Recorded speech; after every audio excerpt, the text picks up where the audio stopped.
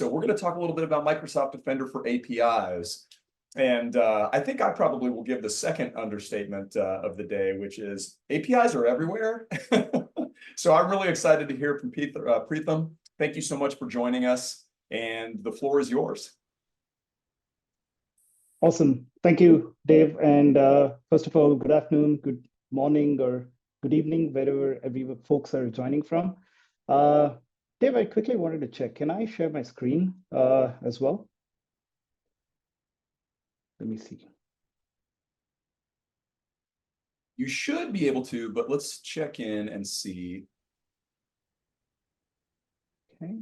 Yeah, it shouldn't be a problem.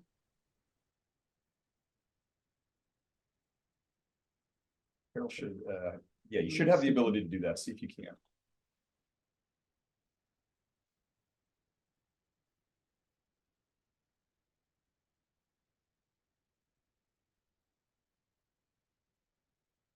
Let me see. I think it's the Zoom update problems I think we're all having.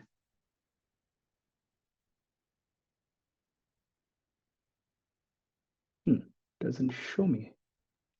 Preetham, in the Zoom taskbar, for me, it's down at the bottom. You would click on the share button and then choose which screen you'd like to share. Okay. Oh, there I go.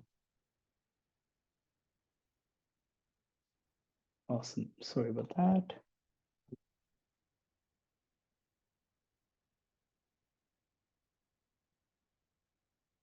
Okay.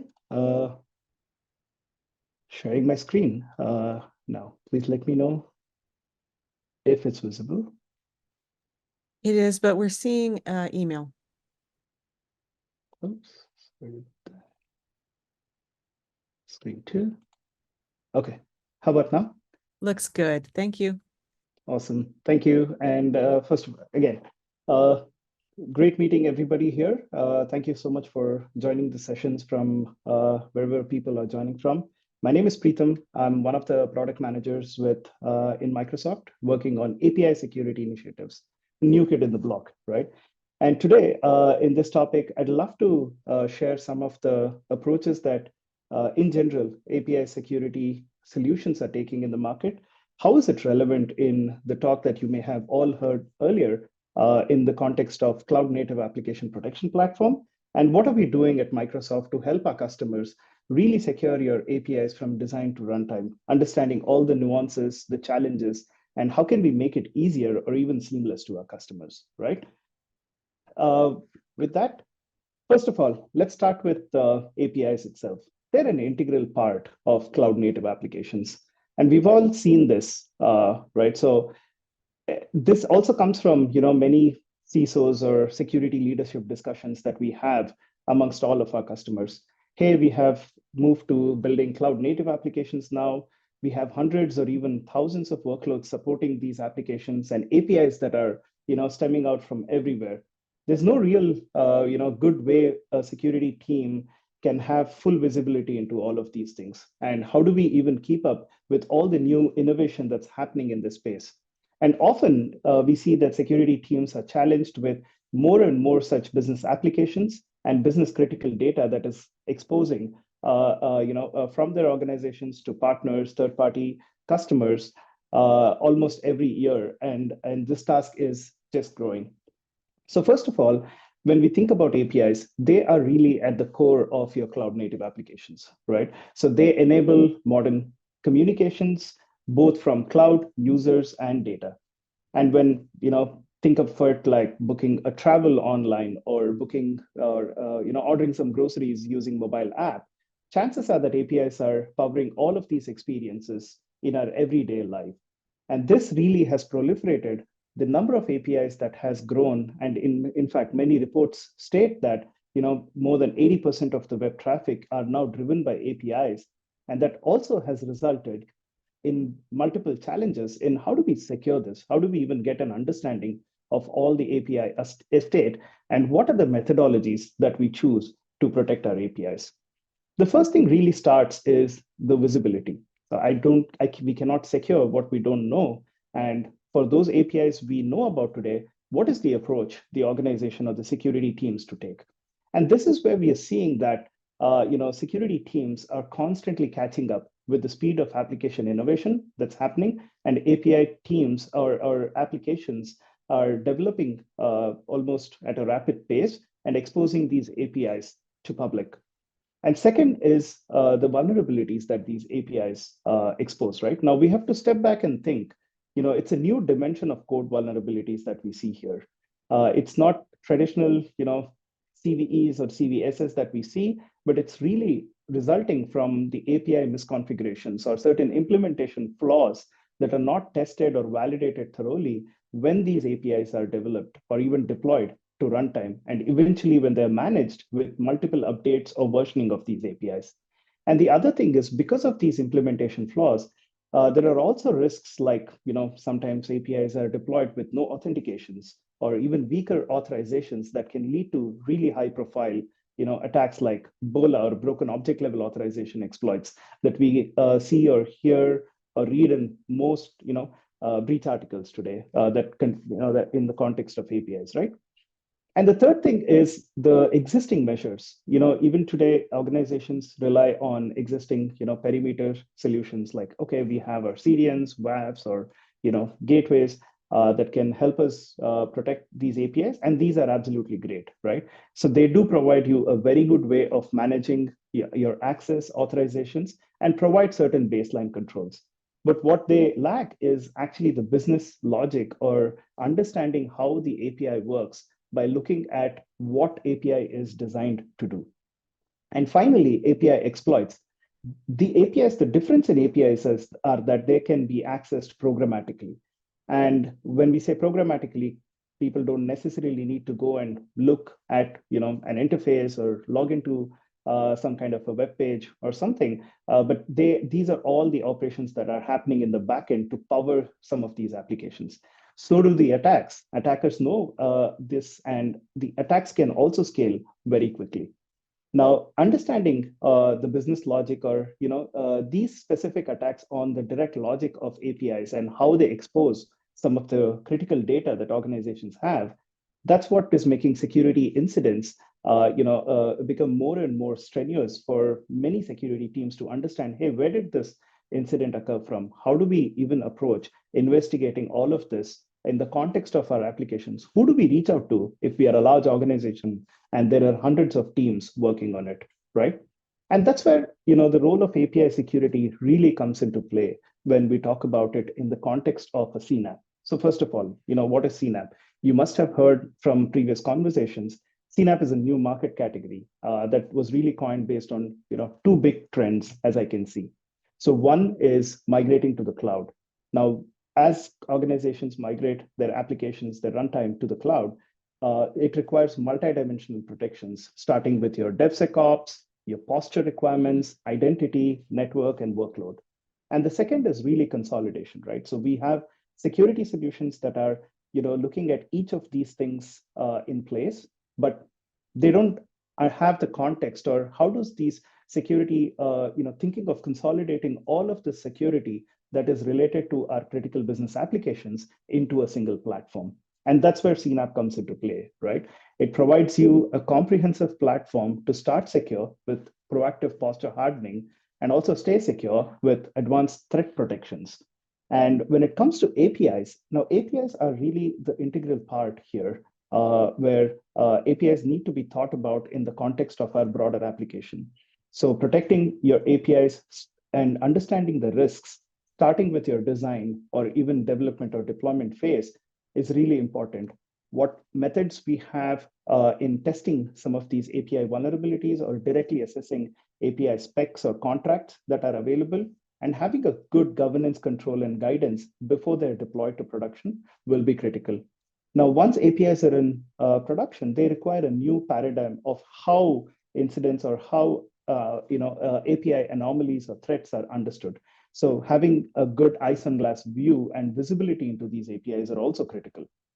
The second is understanding the business context of this, right? So it's very critical to get a broader visibility into what application and in the broader context where these APIs exist. What are the potential attack paths that could arise that we are not aware of?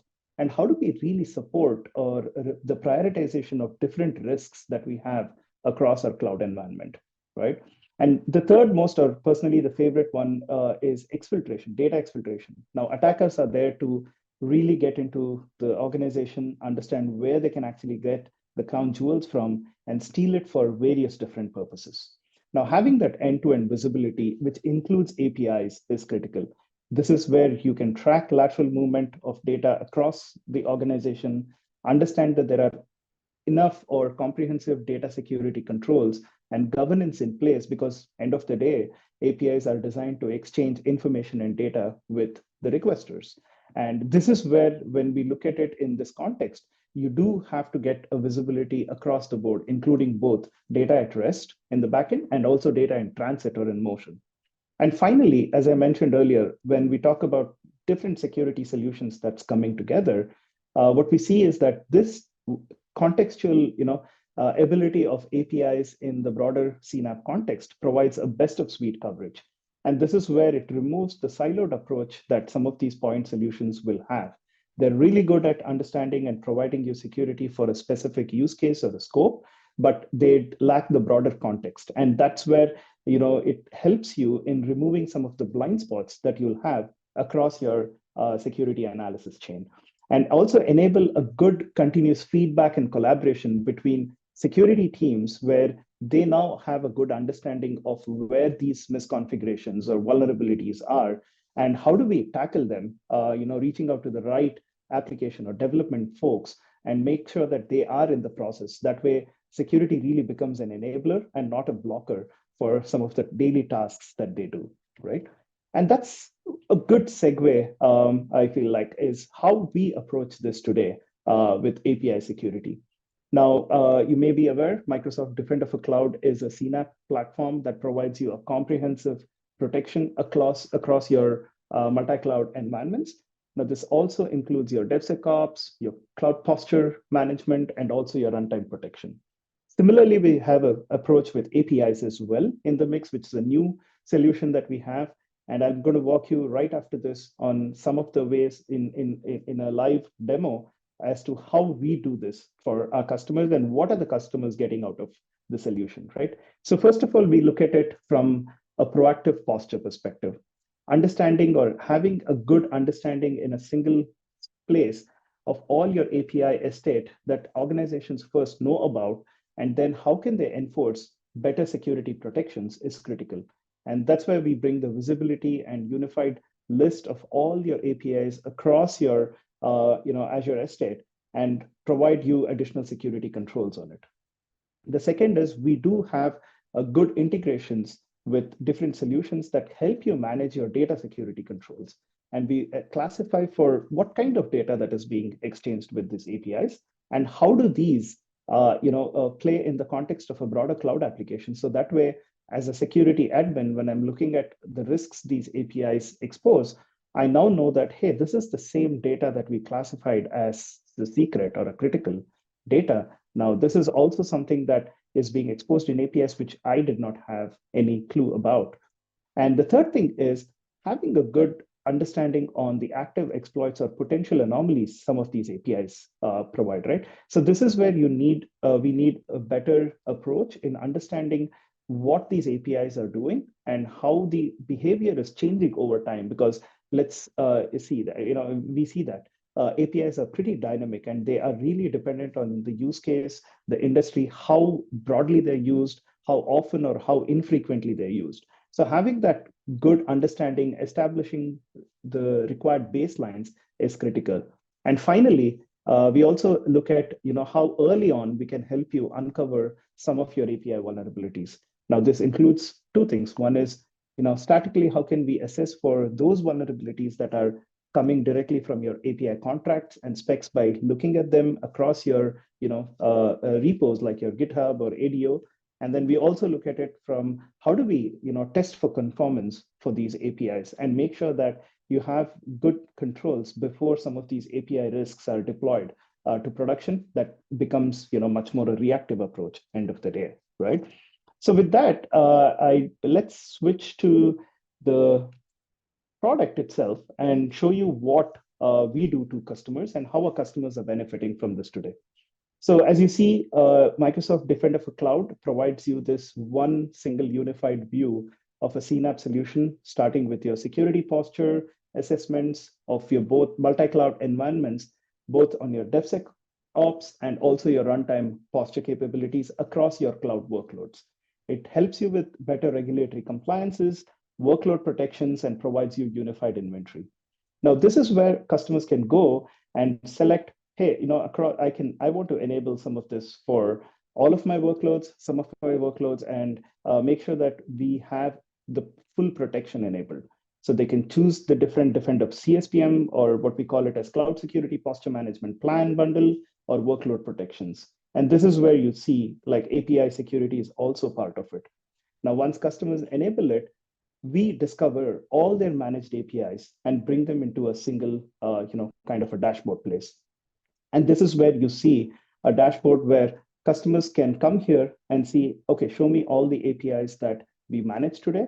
And across my API estate, what are some of the security risks that we can see side by side or along with my API? So that way, when we know there is something that's not supposed to be, we can immediately take action and move on. So this is where I can look at different APIs and some insights that you see here. So let's look at one of the APIs, right? So this is an API, a customer comes in, he sees that I have multiple endpoints that this API exists. And within this API, I can see the name, I can see what is the endpoint path, what is the activity status. Sometimes these APIs should have been deprecated, but they were accidentally left in production. And then what are the type of authentication policies, or whether these APIs are even authenticated or not, is something that they can see. And most importantly, they can see the type of sensitive information that these APIs expose. So this is where they can quickly see alongside of each of these and take actions based on this. Now, you must be thinking, what is this? Now, this is where I was talking about, organizations have good information protection controls, and they can use solutions like Purview, where they can enable a label that is, confidential or highly secret for organization.